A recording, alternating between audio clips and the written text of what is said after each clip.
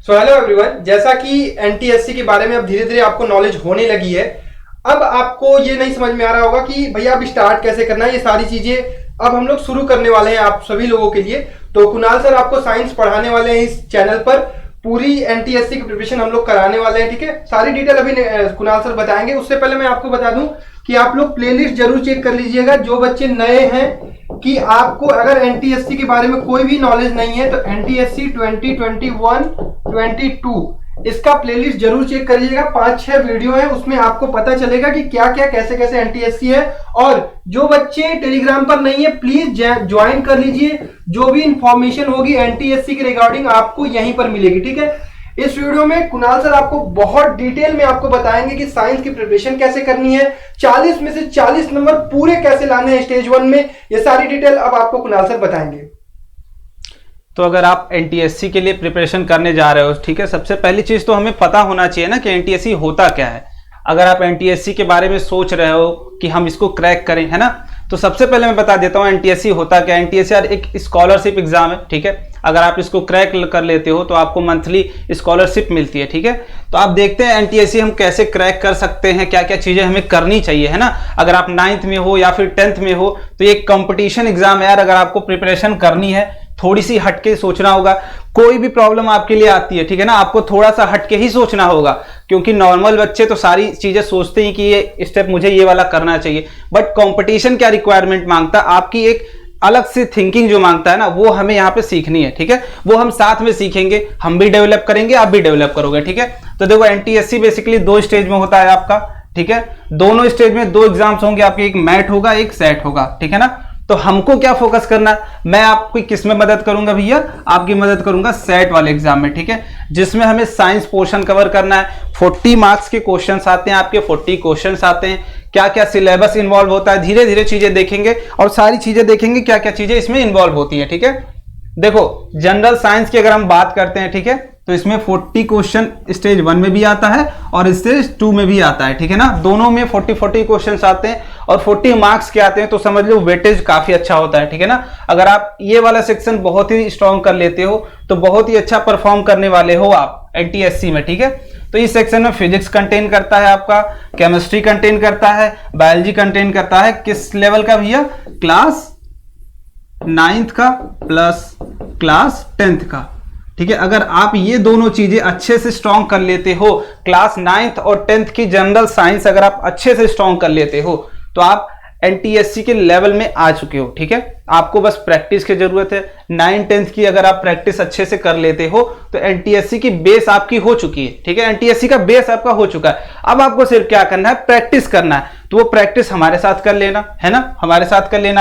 अब देख लेते हैं टॉपिक्स क्या क्या इन्वॉल्व है इसमें। अब फिजिक्स की बात करें, ठीक है, फर्स्ट पोर्शन की बात करें हम फिजिक्स की, तो फिजिक्स में देखो 9th का चैप्टर है मोशन, फोर्स एंड प्रेशर, दोनों अलग अलग चैप्टर हैं, बट यहां पे आप देखोगे जब भी सिलेबस तो आपको दोनों एक ही साथ मिलने वाला है, ठीक है। उसके बाद वर्क एनर्जी एंड पावर, सबसे सिंपल चैप्टर। फिर gravitation, sound, heat, light, electricity, magnetic effect of current, source of energy, ठीक है। तो बेसिकली देखो जितने चैप्टर्स हमारे लिए कितने हैं टोटल, 3, 3, 6, 9, 10 चैप्टर्स है आपके पास, ठीक है। 10 चैप्टर्स है आपके पास। 11th का आपको सोचना नहीं कि भैया 11th का हमें पढ़ना पड़ेगा, ऐसा कुछ नहीं। काफी बच्चों के मन में एक ही डाउट होता है कि हमें क्या 11th का पढ़ना पड़ेगा। देखो 11th की चीजें आपको नहीं पढ़नी है, ठीक है। आपको पढ़ना 9th और 10th की ही चीजें हैं, बट आपको पहले क्या, सबसे पहले क्या सीखना होता है, कभी भी किसी भी आप एग्जाम की प्रिपरेशन कर रहे हो तो आपका बेसिक्स काफी स्ट्रांग होना चाहिए, ताकि आप किसी भी अप्रोच के लिए जाओ, कोई भी प्रॉब्लम आती है यार तो वो बेसिक्स ही रिक्वायरमेंट होती है वहां पे किसी भी प्रॉब्लम में। आप तो हम देखेंगे भी प्रॉब्लम्स के टाइप भी, वहां पे बेसिक्स कैसे इन्वॉल्व है वो भी सीखेंगे, ठीक है। अब बात करते हैं हम केमिस्ट्री की, ठीक है, कि केमिस्ट्री में क्या क्या चीजें इन्वॉल्व है। देखो first chapter is matter pure around us, second one is atomic structure, chemical reaction and equation, जो कि हमने पढ़ा हुआ है अच्छे से, ठीक है। उसी से क्वेश्चंस आए भी हैं, मैं आपको दिखाऊंगा। Acid base and salts, metal and non metals, carbon and its compound, periodic classification of elements, atoms and molecules, matter in our surroundings. तो लगभग 9 to 10 चैप्टर्स तीनों में वेटेज खाते हैं। थोड़ा सा आपका जाके बायो में थोड़ा सा वेटेज बढ़ जाता है, ठीक है, थोड़े से चैप्टर्स बढ़ जाते हैं। तो देखो कौन कौन से चैप्टर्स हमारे बायो में हैं। Fundamental unit of life, tissue, life process, control and coordination, ठीक है, how do organism reproduce, heredity and evolution, why do we fall ill, diversity in living organism, our environment, natural resources, management of natural resources, improvement in food resources, ठीक है। तो इतनी आपके chapters थे, इतने आपके सिलेबस है कि फिजिक्स में हमें क्या चीजें पढ़नी है, केमिस्ट्री में क्या चीजें पढ़नी है और बायो में क्या क्या चीजें पढ़नी है। तो अब देखो क्या होता है कि पहले आप कभी भी कोई भी प्रॉब्लम लगाने जाते हो, कोई भी एग्जाम देने जाते हो, तो आपके मन में क्या होना चाहिए कि हमें क्वेश्चन का मेथड पता होना चाहिए पहले तो, कि हम क्वेश्चन जो लगा रहे हैं, हम किसी तैयारी कर रहे हैं, तो हमें लेवल तो पता होना चाहिए ना। आप ऐसा नहीं कि आप पढ़ के जा रहे हो 2 into 2 आ गया 2+2, है ना। तो लेवल और फॉर्मेट हमें हमेशा पता होना चाहिए किसी भी एग्जाम का, ठीक है। तो चलो हम देखते हैं, कुछ क्वेश्चंस देख लेते हैं कि हमें क्या बहुत ही ज्यादा हार्ड लेवल पे क्वेश्चंस पूछे जाते हैं या फिर सिंपल क्वेश्चंस ही पूछे जाते हैं, ठीक है। तो देखते हैं। देखो फर्स्ट क्वेश्चन आपका है, थोड़ा सा देखो डायग्राम देख के डरना नहीं, है ना, डायग्राम देख के डरना नहीं। मैंने सबसे पहली बात क्या बोली थी आपकी कि बेसिक्स आपके पास होना चाहिए, है ना, बेसिक्स आपके पास होना चाहिए। सबसे सिंपल क्वेश्चन आप देखो, a body initially at rest. देखो कभी भी क्वेश्चन पढ़ो तो चीजें उसकी थोड़ी थोड़ी पुट आउट कर लिया करो कि इनिशियल एट रेस्ट मतलब इनिशियल वेलोसिटी, मतलब जो स्टार्टिंग में उसकी वेलोसिटी थी वो 0 थी, है ना। Starts moving when a constant external force, ये चीजें देखो आप मार्क कर लिया करो हमेशा कि कांस्टेंट फोर्स आपको गिवन है, ठीक है, इज अप्लाइड ऑन इट। तो आप लिखो चीजें पहले लिखते जाओ कि एफ क्या है आपका, कांस्टेंट, है ना, एफ आपका कांस्टेंट है। Is applied, the force is applied for a time t is equal to 0 to t is equal to t। तो आपका ग्राफ कहां तक है, देखो सब में t तक ही है ना, सब में t तक है। विच of the following graph represent the variation of speed, variation of speed of the body with time, ठीक है। आपका पूछा गया वेरिएशन ऑफ स्पीड। अब देखो आपको गिवन क्या है, इनिशियल वेलोसिटी गिवन है, ठीक है। तो आप देखो कभी भी स्पीड वर्सेस टाइम का ग्राफ अगर आप देख रहे हो, सोचना कैसे प्रॉब्लम को, वो आपको सिखाएंगे हम, ठीक है, सारी चीजें सिखाएंगे। बट अगर इनिशियल वेलोसिटी आपकी गिवन है तो आप देखोगे हमेशा ग्राफ आपका कहां से शुरू होगा, ओरिजिन से, ठीक है। अगर मान लो ऑप्शन में आपके कभी यहां से शुरू कर देता है तो आप डायरेक्ट उसको क्रॉस करके हटा सकते हो, ठीक है। तो स्टार्टिंग ऐसे करनी है हमें। फिर फोर्स हमें क्या गिवन है, कांस्टेंट, है ना, फोर्स हमें गिवन है कांस्टेंट। तो आप देखते हो फोर्स हम हमेशा क्या लेते हैं, मास इनटू एक्सेलरेशन, जो नेट फोर्स। तो क्या और कोई एक्सटर्नल फोर्स लग रहा था वहां पे, कोई नहीं। क्या बोला गया कि अगर एक एक्सटर्नल फोर्स लग रहा है तभी वो मोशन में आ रही है, तो एक ही फोर्स है हमारा, वो क्या है, एफ। तो एफ बाई एम क्या हो गया हमारा, एक्सेलरेशन। और मास हमारा कांस्टेंट ही होता है, फोर्स भी हमारा कांस्टेंट गिवन है। तो एक्सेलरेशन क्या हो गया हमारा, कांस्टेंट, है ना। तो हम क्या जानते हैं, acceleration is equal to v by T हम जानते हैं, है ना। बेसिक है भाई, बेसिक के ऊपर कुछ नहीं जाना आपको, सबसे सिंपल चीज है कि acceleration is equal to v by T. तो एक्सेलरेशन अगर आपका कांस्टेंट हो गया तो क्या v directly proportional to t आ गया आपका, कि जैसे v वेरी करेगा सेम नेचर में t भी वेरी करेगा। तो आपका कौन सा ग्राफ सही हो जाएगा, c वाला। कुछ भी ज्यादा इन्वॉल्व हुआ था, कुछ भी ज्यादा इसमें प्रोसेस इन्वॉल्व हुआ ही नहीं, आपको बस बेसिक चीजें करनी थी, वही करने के बाद आपको पूरा चीजें इन्वॉल्व हो जा रही है। यहाँ पे सारी क्वेश्चंस इजीली सॉल्व हो जा रहे हैं, ठीक है। चलो एक दो क्वेश्चंस और मैं सॉल्व कर देता हूँ, बाकी आपको मैं मेथड दिखा दूंगा कि इस टाइप के क्वेश्चंस आते हैं। अब जैसे देखो यहाँ पे क्या बोला आपको, an observer moves toward stationary plane mirror, ठीक है। तो सबसे पहले हम प्लेन मिरर बना लेते हैं, ठीक है। हमारा एक ऑब्जर्वर है, ठीक है, ये कोई बॉडी है, ये इधर मूव कर रहा है, ठीक है। वो कैसे, 4 मीटर पर सेकेंड से, ठीक है ना, with respect to plane mirror. इस मिरर के रिस्पेक्ट में, मिरर क्या हमारा रेस्ट में है, ठीक है, रेस्ट में है, ये 4 मीटर पर सेकेंड से इधर जा रहा है ना। The speed with which is the image moves towards him, ठीक है। आपको क्या बोला गया है, जो यहाँ पे इसकी इमेज बनेगी, ठीक है, ये कुछ इमेज बनेगी, ये इधर किस वेलोसिटी से आएगी। तो देखो थोड़ा सा यहाँ पे समझने वाली बात है कि अगर आपको किसके रिस्पेक्ट में पूछा गया, ये चीजें सबसे इंपॉर्टेंट होती है कि आपको ऑब्जर्वर के ही रिस्पेक्ट में पूछा गया है ना, कि आपकी इमेज ऑब्जर्वर के ही रिस्पेक्ट में पूछा गया है कि आपकी इमेज किस रिस्पेक्ट में आपकी तरफ आएगी। तो अगर प्लेन मिरर के रिस्पेक्ट में पूछा गया होता तो इसकी भी वेलोसिटी सेम हो जाती, 4 मीटर पर सेकेंड। बट ये 4 मीटर से इधर जा रहा है, ये भी 4 मीटर से इधर आ रहा है, तो दोनों ऐड हो जाती है, ठीक है। तो आपकी जो रिस्पेक्टिव वेलोसिटी आएगी वो क्या आएगी, 2 into 4, मतलब दोगुनी हो जाती है, वो कितनी, 8 मीटर पर सेकेंड।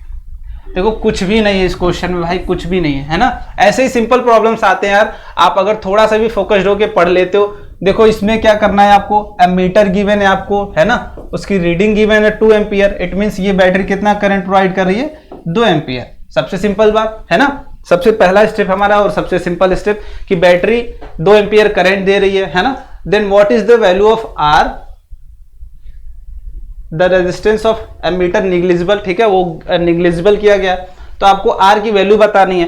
तो कुछ भी नहीं करना, आप क्या जानते हो, ओम्स लॉ पढ़े हो आप, V is equal to I R, है ना, आर नेट आप यहाँ पे यूज कर लो, आपकी वैल्यू आ जाएगी आर की, ठीक है। आर की वैल्यू आप डायरेक्ट यहां से निकाल सकते हो, वो कितनी आएगी, 1 ओम के आसपास, है ना।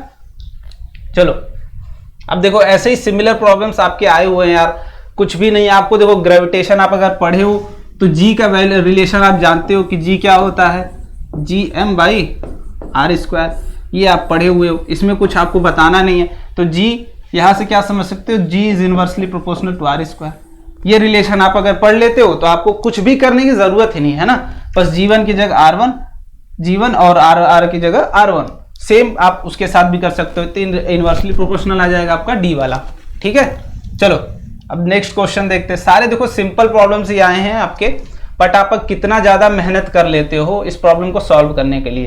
तो ये प्रॉब्लम भी देखो सिंपल ही है, ऐसे ही मैं कुछ और प्रॉब्लम्स आपको दिखा दे रहा हूँ, ठीक है ना, उसमें आपको ज्यादा मेहनत करनी नहीं है, बट आप थोड़ी सी भी अगर प्रैक्टिस करते हो घर पे बैठ के, आप प्रॉब्लम्स देख के जानते हो क्यों प्रॉब्लम्स आपको क्यों दिखाए जा रहे हैं। सबसे पहली चीज कि आप लेवल समझो कि आप 10th में पढ़ रहे हो, 9th में पढ़ रहे हो, या फिर कहीं किसी भी क्लास में अगर आप पढ़ रहे हो, या फिर 10th में हो या फिर 9th में, है ना, आप तभी NTSC के बारे में सोच भी रहे हो, तो आपके मन में एक चीज आना चाहिए, क्या मेरी सफिशिएंट लेवल चल रही स्टडी की, जो मैं लेवल स्टडी कर रहा हूं। तो आप उसके लिए इस क्वेश्चन को यूज कर सकते हो देखने के लिए। जस्ट ये सारे 2020 के ही क्वेश्चंस है ना, जितने मैंने पिक किए हैं सारे 2020 के ही क्वेश्चंस हैं, तो आप इनमें जरूर ट्राई करो कि मेरा लेवल क्या सही है। आप एक बार सारे क्वेश्चंस देख लो, मैं क्वेश्चंस की लिंक डिस्क्रिप्शन बॉक्स में भी दे दूंगा, ठीक है, तो आप वहां से डाउनलोड करके एक बार देखो कि क्या आप अगर मेहनत करते हो, ठीक है, वैसे आप मेहनत करो। आपकी क्लासेस भी अभी डेली बेसिस पे चलने वाली है ना, उसकी भी मैं डिटेलिंग अभी करूंगा, बट आप एक बार देखो कि आपका लेवल क्या है, क्या क्वेश्चंस बहुत ज्यादा हार्ड पूछे जा रहे हैं। देखो साइंस की अगर मैं बात करूं तो लेवल बहुत ज्यादा हार्ड नहीं होता है, आप अगर थोड़ा सा भी सीरियस स्टडी करते हो, एक वे में सोचते हो कि आप किस तरह से आपको क्वेश्चंस लगाने चाहिए, तो आप डेफिनेटली कर ले जाओगे, है ना, उसमें कोई डाउट नहीं है, आप डेफिनेटली कर ले जाओगे। चलो अब कुछ क्वेश्चंस और देख लेते हैं। ये क्वेश्चन देख लो, इलेक्ट्रॉन, आप जानते हो कि कभी भी फोर्स इलेक्ट्रॉन पे लगता है तो किससे लगता है, ये भी साइन थीटा, है ना। अब साइन थीटा कंपोनेंट क्या होगा आप समझ जाओ, सारी चीजें, सब कुछ आसान है, बस आपको प्रैक्टिस करनी है थोड़ी सी कि आप कितनी प्रैक्टिस कर लेते हो, ठीक है। ये वाला क्वेश्चन भी देख लो आप कि एक वोल्ट मीटर गिवन है आपको और उसका रेजिस्टेंस पूछा है आपसे, है ना। तो क्वेश्चन सारे सिंपल हैं, बट आपको पता होना चाहिए आपको करना क्या है ना। देखो केमिस्ट्री के भी क्वेश्चंस देख लो। A student added a drop of universal indicator to 1 ml, ठीक है, of a given solution and found that green colour. आप देखोगे ग्रीन कलर पीएच स्केल आप जानते हो ना, पीएच की वैल्यू पूछी गई है, तो आपकी पीएच स्केल आपने पढ़ा होगा, है ना, पीएच स्केल आपने पढ़ा होगा। तो आप देखोगे कि येलो कलर जानते हो कहां पे आता है, ग्रीन कलर 7 से 10 के बीच में ही आता है, मतलब वो 7 से अप में आता है और 10 से पहले। तो सिंपल सा है, बस पीएच स्केल अगर आपने पढ़ी होगी तो एक क्वेश्चन आप डेफिनेटली कर ले जाओगे। तो इसका भी क्या होगा 7 to 9, है ना। तो सिंपल प्रॉब्लम्स आते हैं यार, तो आपकी बेसिक्स की ही रिक्वायरमेंट होती है, तो वो बेसिक्स की रिक्वायरमेंट हम धीरे धीरे पढ़ते जाएंगे, है ना। देखो element present in any group have same number of, किसी भी ग्रुप में आप देखोगे तो ग्रुप में क्या होता है 1s1 1s1, ये बाकी इधर का बदलता रहता है, ये ns1, ठीक है, ग्रुप का नंबर बदलता रहता है, बट आपकी वैलेंसिंग क्या होती है, सारे इलेक्ट्रॉन सेम होते हैं, तो वैलेंस इलेक्ट्रॉन सेम होते हैं हमारे। सिंपल सी बात है ना। कभी भी आप किसी भी पीरियोडिक टेबल में देखोगे, ग्रुप में आप जब भी मूव करोगे up to down, valence electron आपको सेम मिलने वाले हैं, ठीक है। तो ये बायो का क्वेश्चन देख लो, which of the following reaction take place during break down of molecules in respiration in our body. तो आपको पता है रिस्पायरेशन एक ऑक्सीडेशन प्रोसेस होता ही है, तो इसमें कुछ सोचने वाली ही बात नहीं है ना। तो ऐसे ही क्वेश्चंस आपके एग्जाम में आते हैं एनटीएससी में। आप सोचो कि एक बार एग्जाम देके आप क्या चीजें ग्रैब कर सकते हो, आपका लेवल कितना ऊपर उठ सकता है। थिंकिंग लेवल आपकी अलग होनी चाहिए, मैं पहले ही बता दे रहा हूँ, थिंकिंग थोड़ी सी आपको अलग रखनी है। कभी भी कोई भी प्रॉब्लम सॉल्व करो तो बेसिक से ही उठना है, ठीक है, बेसिक से ही उठना है और अपर लेवल तक जाना है, ठीक है ना। तो इसमें मैं आपकी मदद जरूर करूंगा। आपकी देखो जो भी क्लासेस हैं, मैं एक बार दिखा देता हूं, जो भी क्लासेस हैं आपकी 1 अप्रैल से स्टार्ट हो जाएंगी, ठीक है। 1 अप्रैल से किसकी क्लासेस स्टार्ट हो जाएगी? एनटीएससी की, ठीक है। इसमें हम लोग क्या क्या करने वाले हैं एक बार मैं स्टार्टिंग से दिखा देता हूं आपको, ठीक है।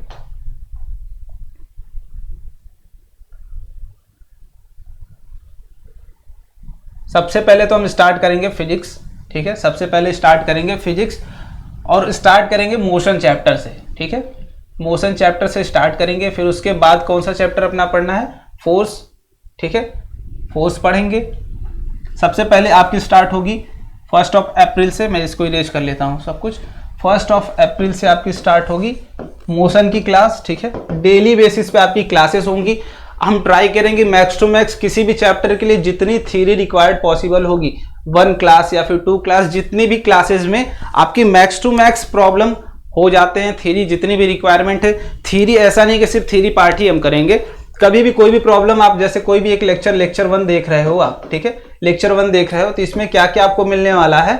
पहले तो थ्योरी पोर्शन होगा ही होगा, प्लस कुछ प्रॉब्लम प्रैक्टिस भी होगी इसमें, ठीक है। तो दोनों आपकी डेली बेसिस पे ये चीजें आने वाली हैं। एक क्लास अगर आप देखते हो तो जितना आप कंटेंट सीखते हो, है ना, जितना आप कंटेंट सीखते हो उसकी प्रॉब्लम्स भी आप साथ में लगाते जाओगे, ठीक है ना। तो इसके लिए आप एश्योर रहो कि आपकी साइंस में कितना मार्क्स हमें ग्रैब करना है भाई।